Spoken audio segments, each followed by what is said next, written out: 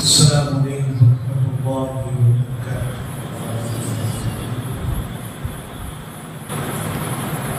نحمده ونصلي على رسوله الكريم،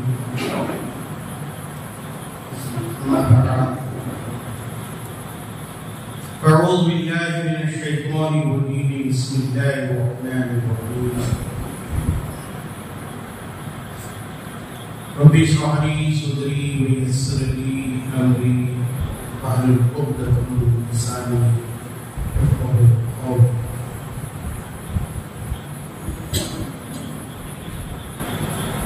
ہر قسم کی تعریف، تسبیح، تحلیل، کبریائی، بڑائی، حمد و ثنا اس خالق فطرت کے لیے ہے، سارے جہاں کا پروردگار، جو ذرے ذرے کا خالق و رحمان ہے۔ درود ہو ہزاروں کروڑوں مرتبہ جناب رسالت نام سرور کائنات، سردار دو عالم، سید القونین، سید الثقلین، رحمت للعالمین، شافی روز رضا، احمد مصطفیٰ صلی اللہ علیہ وسلم۔ معزز قابل احترام علماء اعزام، مسجد کے ذمہ دار اور سامعین و سامعات، اللہ تعالی جب کبھی کسی بندے کو پسند کرتا ہے یا کسی بندی کو پسند کرتا ہے، سب سے پہلے اس بندے اور بندی کو اللہ کیا دیتے ہیں؟ دنیا کی دولت نہیں دیتے۔ دنیا کی دولت چور کے پاس بھی ہے، ڈاکو کے پاس بھی ہے، حرامی کے پاس بھی ہے، شرابی کے پاس بھی ہے، جواری کے پاس بھی ہے، سود خور کے پاس بھی ہے، لیکن دین کی دولت ہر کس و ناکس کو نہیں ملتی۔ دین کی دولت انہی لوگوں کو ملتی ہے جن کو اللہ پسند کرتا ہے، جن کو اللہ چاہتا ہے، جن کو اللہ محبت کرتا ہے۔ یہ آپ کی آمد، آپ کا بیٹھنا، آپ کا سننا، اپنے مصروفیات کو چھوڑ کر اور یہاں جڑنا اور جمع ہونا، اس بات کی دلیل ہے اللہ کی نظر میں آپ میں ہو۔ جس بندے کو اللہ چاہتے ہیں، دین کی ہدایت، دین کی توفیق دیتے ہیں، اللہ آپ کی آمد کو قبول فرمائے، اللہ آپ کے بیٹھے کو قبول فرمائے، اللہ آپ کے سننے کو قبول فرمائے، اللہ ہمارے بولنے کو بھی قبول فرمائے۔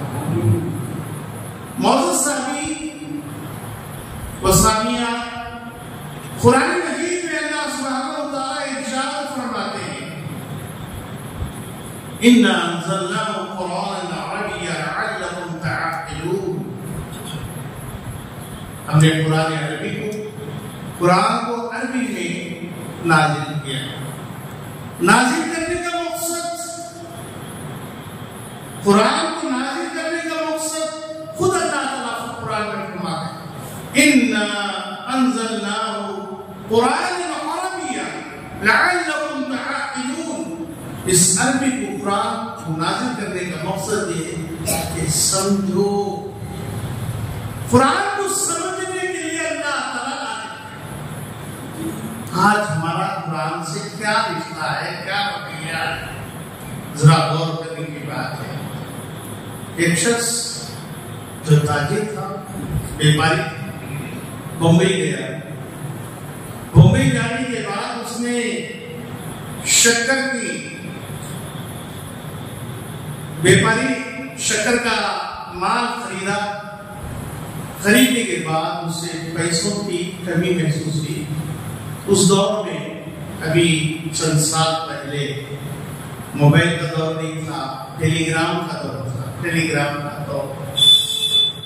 تو باپ اپنے بیٹوں کے نام ٹیلی گرام بھیجتا ہے، بمبئی میں شکر خریدا ہوں، پیسوں کی کمی ہے، جلد سے جلد پیسے روانہ کرو ورنہ بارش کا زمانہ ہے، بارش پڑ کر پوری شکر کھل جائے گی۔ تو ٹیلی گرام باپ اپنے بچوں کے نام بھیجتا ہے، باپ اپنے بچوں کے نام بھیجتا ہے. پوسٹ ماسٹر آتا، پوسٹ مین آتا ہے، ٹیلی گرام لا کے گھر پہ پہنچاتا ہے. گھر میں ایک بچہ دوڑتے ہوئے آتا ہے، کہتا ہے کیا بات ہے؟ تمہارا باپ کا ٹیلی گرام آیا ہے. کہاں سے پہنچے؟ فوراً ٹیلی گرام ہاتھ سے چھین کر آنکھوں کو لگا کر جیب میں رکھتا ہے. پھر دوسرا بیٹا آتا ہے تو بھائی ہوتا ہے کہ ابا بمبئی سے ٹیلی گرام بھیجے. اچھا کہاں ہے؟ میرے جیب میں. وہ لیتا ہے، اپنے سینے سے لگا لیتا ہے، پھر جیب میں رکھتا ہے. تیسرا بیٹا آتا ہے، اسے اطلاع دی جاتی ہے باپ بمبئی سے ٹیلی گرام بھیجا ہے. تو پوچھتا ہے کہ وہ ٹیلی گرام تھا میرے جیب میں. وہ سر پہ رکھ لیتا ہے، پھر جیب میں رکھتا ہے. اس کے بعد ادھر باپ انتظار کر رہا، بچے ٹیلی گرام پڑھ کر کیسے بھیجیں گے؟ بارش کا دور ہے، بارش کا زمانہ ہے، بارش پڑے گی کہ پوری شکر کھل جائے گی. طوفان آیا، بارش کے ذریعے پوری شکر خراب ہو کے دھل گئی. باپ غصے میں آ کر گاؤں پہنچا، بچوں کو جوڑا، جمع کیا. میں ٹیلی گرام بھیجا تھا، تم نے کیا کیا؟ ایک بیٹے نے کہا میں آنکھوں کو لگا کر جیب میں رکھا. دوسرے نے کہا میں سینے کو لگا کر جیب میں رکھا. تیسرے نے کہا میں سر پہ اسے رکھ کر جیب میں رکھا. تو ٹیلی گرام میں کیا ہے کوئی بچہ نہیں پڑھا.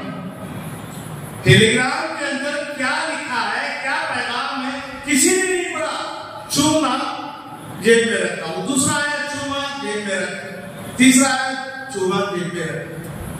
یہی حال قرآن کے ساتھ ہمارا رشتہ ہوتا ہے. قرآن کو آنکھوں سے لگانا، چومنا، گھر میں رکھنا. لیکن اللہ سبحانہ و تعالیٰ بندوں سے کیا کتاب کر رہا ہے، قرآن کے اندر کیا حکم دے رہا ہے، کیا مطالبہ کر رہا ہے، آج تک کبھی واقع. یہ افسوس کی بات ہے. میرے بھائی ان بچوں کو دیکھ کر بڑی خوشی ہوتی ہے. ماں باپ جو فکر کر رہے ہیں، ہر ماں باپ کی فکر یہ ہونی چاہیے اپنے بچوں کو دیندار بنائیں. کل مولود یولد علی الفطرہ، ہر بچہ اسلام کی فطرت پہ پیدا ہوتا ہے. اس کے ماں اور باپ کیسے ہوتے ہیں ویسے بچہ ہوتا ہے. ماں اور باپ یہودی ہے تو بچہ یہودی، ماں باپ عیسائی ہے تو بچہ عیسائی، ماں باپ بے دین ہے بچہ بے دین. اگر ماں باپ دیندار ہے، ایماندار ہے، فرما بردار، بچہ بھی فرما بردار. ماں باپ کو فکر بھی کہ ہم مسجد میں جائے تو بچے معصوم زبانی کیسے پڑھا.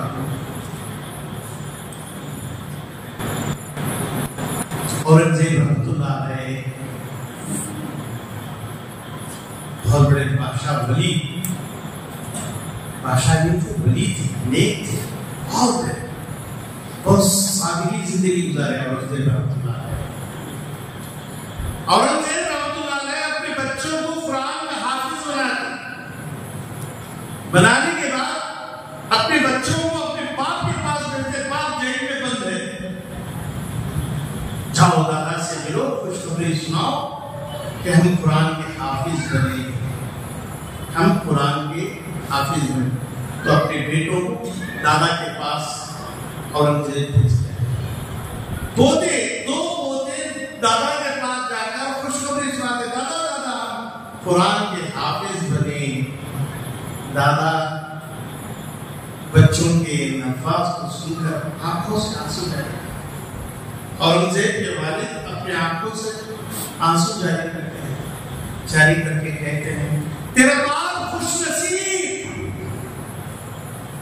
اورنگزیب تیرا باپ خوش نصیب، دنیا میں بھی تاج دینا، بچوں کو قرآن کا حافظ بنا کر آخرت میں بھی تاج دینا. بچے واپس آئے تو اورنگزیب نے بچوں سے پوچھا دادا کیا ہوئے، دادا کیا ہوئے؟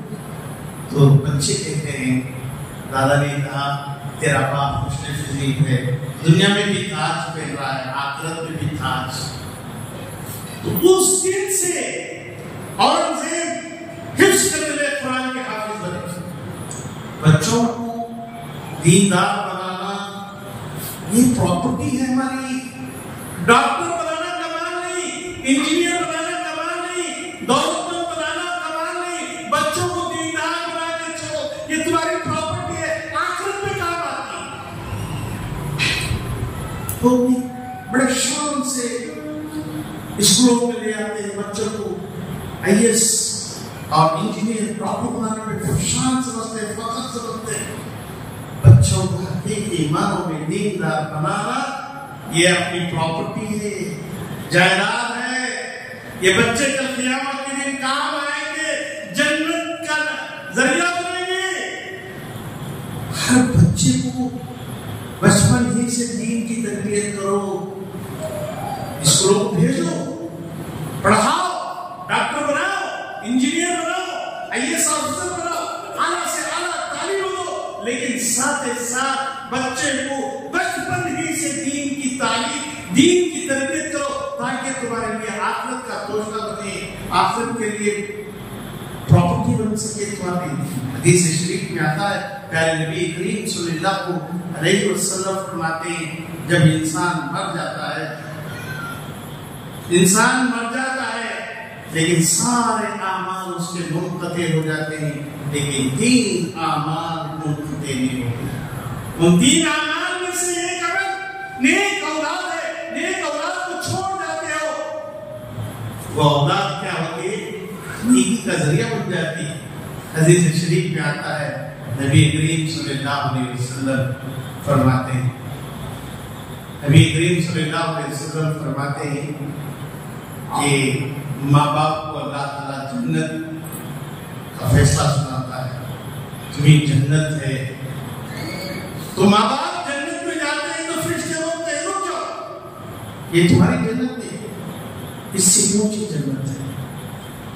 ماں باپ اس جنت میں داخل ہوتے ہیں، وہاں فرشتے روکتے ہیں، رک جاؤ، یہ تمہاری جنت ہے، اور اونچی جنت، اور اونچی جنت، اعلیٰ جنت ہے تمہاری. تو اونچی جنت. ماں باپ پریشان ہوتے ہیں، ملائک سے فرشتوں سے کہتے ہیں کیا بات ہے، ہم نے کوئی ایسا عمل نہیں کیا جو اونچی جنت جو ہمیں ملی جا رہی ہے. تو ملائک کہتے ہیں تمہارے اعمال کی وجہ سے جنت نہیں مل رہی، تمہارے نیک اولاد کی وجہ سے اللہ یہ درجہ، یہ مرتبہ، یہ فضیلت نہیں. دیکھیے لاکھوں روپے خرچ کر کے ہمیں بچوں کو ڈگری دلاتے ہیں، وہ کرتے ہیں، یہ کرتے ہیں، بچے کو دیندار نہیں بناتے، نمازی نہیں بناتے، کوئی فائدہ. اگر بچے کو دیندار بنا کے جاتے ہیں، یہ بچہ جنت کا ذریعہ بن جاتا ہے، بچہ جنت کا ذریعہ بن جاتا ہے. میرے بھائیوں، مجلس میں جب بیٹھتے ہیں تو مجلس کے آداب کا خیال رکھو. میں تب سے دیکھ رہا ہوں مجلس میں بار بار اٹھ کے جاتے ہیں، بار بار اٹھ کے جاتے ہیں، بار بار یا تو بیٹھنا ہے تو آ کر بیٹھنا، نہیں تو فون دیتے فون دیتے بار. یہ عادت جمعہ کا کیا ہے معلوم؟ عادت جمعہ میں آئے تو کسی کو اشارہ تک نہیں کرنا، ورنہ تمہارا بیٹھنا برباد ہو جاتا. حدیث میں آتا جمعہ میں خطیب بیان کر رہے ہیں، اگر تمہیں کسی کو اشارہ کرے، تمہارے اشارے کی وجہ سے جمعے کی پوری فضیلت ختم ہو جائے. اشارہ بھی نہیں کرنا، بات بھی نہیں کرنا، آداب کے خلاف. اسی لیے نماز میں پڑھتے ہیں تو کیا کہا جاتا ہے؟ اذا قرئ القرآن فانصتوا. جب قرآن پڑھا جا رہا تو خاموشی سے سنو، غور سے سنو. اگر تم قرآن پڑھنا بھی چاہتے ہو، سورہ فاتحہ کے سوا مت پڑھو. لا صلاۃ الا بفاتحہ الکتاب. تمہاری نماز نہیں ہوگی فاتحہ، سورہ فاتحہ کے سوا. سورہ فاتحہ پڑھنا ہے، اس کے سوا تو نہیں پڑھنا. خاموش. یہ خلل بار بار فون نکالے، یہ آداب کے خلاف ہے. آپ سننے پوری طرح سنو، یا تو فون میں بات کرتا ہے پورا فون بات. یہ آداب کا پوروں کو خلل ہو رہا، بولنے والے کو خلل، بیٹھنے والے بازو والوں کو خلل. کبھی بھی کسی بھی وقت میں ہو، مجلس میں دین کی مجلس میں جاتے پوری توجہ کے ساتھ بیٹھو، قرآن کی باتیں سننے کی کوشش کرو. سمجھ میں آئی بات؟ خلل مت ڈالو. اٹھ کے جانا یہ خلل ہے کہ اٹھ کے جا رہے ہیں، عادت ہے، یہ ہے، ضروری ہے، اس وقت جانا ضروری ہے. بار بار موبائل کا بہانے سے جا رہے ہیں، یہ غلط طریقہ، آداب کے خلاف. تو غرض بچوں کو دینی نالج دو، بچپن ہی سے دینی نالج دو۔ بلاری کا ایک آدمی رشیا گئے تھے، بلاری کے ایک فرد رشیا گئے تھے، ورلڈ ٹور کے لیے رشیا پہنچے۔ وہ آدمی کی مزاج کیا تھی؟ سفر میں، حضر میں نماز کا پابند، اپنے سوٹ کیس میں جائیداد رکھے رہتے، سوٹ کیس میں۔ رشیا کے اندر 11,000 مساجد تھی۔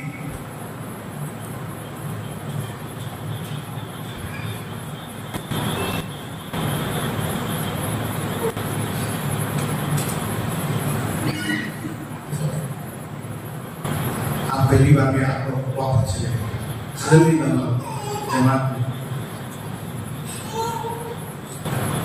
رشیا کے اندر 11,000 مساجد ہیں، 11,000 مساجد کو تالا لگا ہوا ہے۔ تو ہمارے بغدادی کا شخص جب نماز پڑھنے کے لیے بڑی مسجد میناروں کو دیکھ کر مسجد کے سامنے گیا تو وہاں تالا پڑا ہوا ہے نیچے۔ اپنا سوٹ کیس کھولا اور جانماز بچھایا، نماز کے لیے کھڑا، پوری صحیح پکڑ، بولے یہاں کی عبادت ممنوع ہے، یہاں کسی قسم کی عبادت کرنا ممنوع ہے۔ آپ عیسائی ہو، ہندو ہو یا مسلمان ہو، عبادت کرنا ممنوع ہے۔ اگر آپ عبادت کرتے ہیں تو آپ کو جیل میں ڈالا جائے گا۔ تو اسے پولیس نے آپ کو روکا۔ یہ مسلمان نے کہا، بلاری کا آپ کہاں ڈالتے ڈالو، پہلے میں نماز پڑھے، جانماز بچھائے، نماز پڑھنے کے بعد وہ پولیس پکڑ کے لے جا رہا کہا تہ خانے کے اندر، خوف ہو گیا کہ بھی جیل میں اندر شاید تہ خانہ ہے، جیل خانے، وہاں دیکھ رہے تو ہوٹل ہے۔ یہ آدمی جیل بول کے مجھے ہوٹل میں کیوں آیا؟ ہاتھ پولیس پکڑ کے کہتا ہے معاف کرنا، معاف کرنا، معاف کرنا کہ میں بھی مسلمان ہوں اور تم بھی مسلمان ہو۔ میں جیل کا نام لیا لیکن جیل کے نام سے خوف نہیں لیے، برابر نماز پڑھتے رہے۔ آج تک میں نے قرآن کو نہیں دیکھا، اتنی عمر ہوئی، پولیس کی نوکری ملی، لیکن میں نے قرآن کیسے ہوتا ہے مجھے معلوم نہیں۔ رشیا کے اندر مسجدوں سے اذان نہیں آتی، 11,000 مساجد کو تالے لگائے گئے، لیکن آدمی نماز پڑھ رہا ہے، مسجد کے سامنے تالے لگے تو کہتے کتنے خوش نصیب ہیں تم لوگ، جیل کا نام سنانے کے باوجود بھی تم نماز پڑھے۔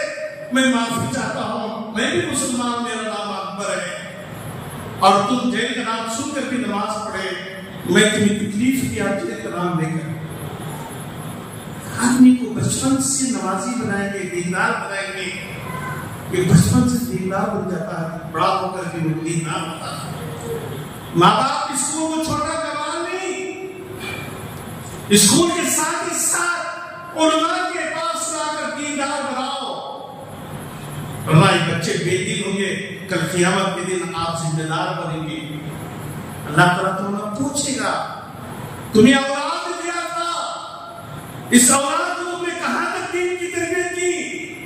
کلکم راعی و کلکم مسئول۔ قیامت کے دن ماں باپ سے اللہ سوال کرے گا اولاد کے بارے میں، تم ذمہ دار تھے، کیا تم اپنے بچے کو دیندار بنائے؟ سائنس پڑھایا ہم نے، تیلگو پڑھایا ہم نے، انگلش پڑھایا ہم نے، ہندی پڑھایا، سوشل پڑھایا، سب کچھ پڑھایا، نہیں پڑھایا تو قرآن نہیں پڑھایا ہم۔ یہ افسوس کی بات ہے۔ اللہ تعالیٰ ہمیں اپنے بچوں کو دیا دیندار بنانے کے لیے، ایماندار بنانے کے لیے، اللہ کے سچے بندے بنانے کے لیے دیا۔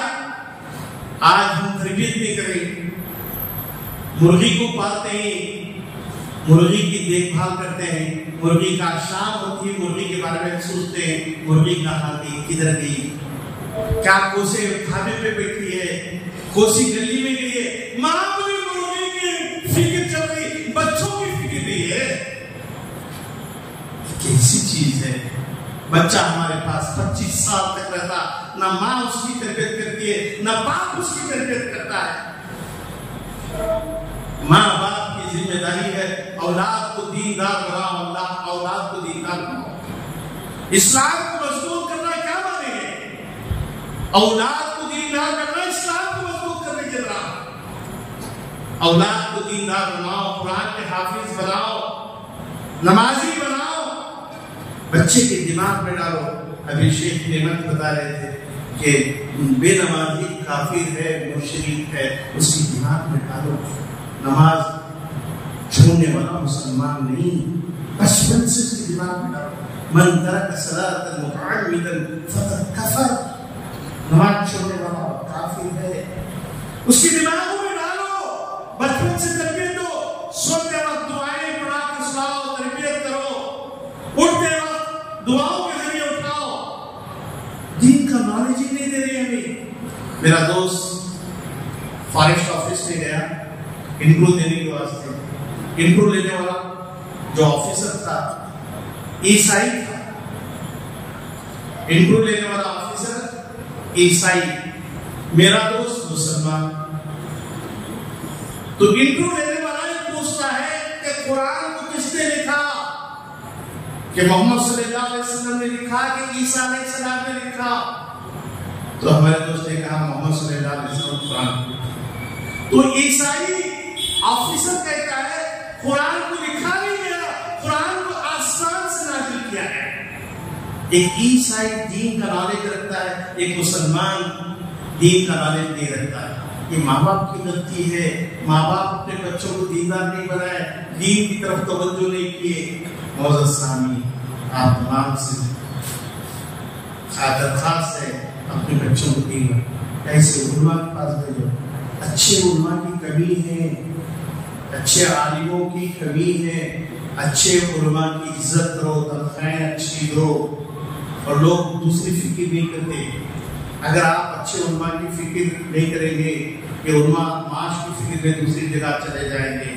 ایک عالم باصلاحیت عالم ہے، میں ان کی تقریر سنا، ان کا بیان بلّائی میں سنا، بہت اچھے انداز سے انہوں نے بہت اچھے انداز سے تقریر کی۔ ایک اچھا عالم ہم کو ملتا ہے، یہ اللہ کی نعمت ہے، ایک اللہ کی نعمت ہے۔ اس عالم کو مضبوطی سے پکڑ لینا ہے تاکہ ہمارا محلہ سنورے، ہمارے بچے دیندار بنے، ہمارے خواتین ایمان مضبوط ہو، ہمارے اندر اللہ کا ڈر، اللہ کا خوف پیدا ہو۔ ایسے علماء کو چھوڑنا نہیں چاہیے، لاپرواہی نہیں کرنا چاہیے۔ عزت ڈاکٹر کی عزت ہے، انجینئر کی عزت ہے، IAS آفیسر کی عزت ہے۔ عزت ایک موزن اور ایمان کی عزت نہیں ہمارے پاس۔ جنتی ایمان والا ایمان والے کی عزت کرتا ہے۔ لہٰذا ان باتوں کو دیکھیے۔ اور ایک دور تھا، ایک زمانہ تھا، لوگ دین کے مبلغ ہوتے تھے، دین کے مبلغ ہوتے تھے۔ تو لہٰذا ہر جماعت کا ایک ایک آدمی دعوت دینے والا بننا ہے، دعوت کی فکر کرنے والا بننا ہے، تبلیغ کرنے والا بننا ہے۔ صرف ڈیوٹی گھر، بچہ کی فکر، اپنے گھر کی فکر، دین کی فکر، اٹھے بیٹھے دین کی فکر، دین میرا زندگی میں کیسے آ جائے، میرے اولاد میں دین کیسے آ جائے، میرے گھر میں دین کیسے آ جائے، میرے پڑوس میں دین کیسے آ جائے، میرے محلے میں دین کیسے آ جائے۔ یہ فکر ہمارے اندر آنی چاہیے۔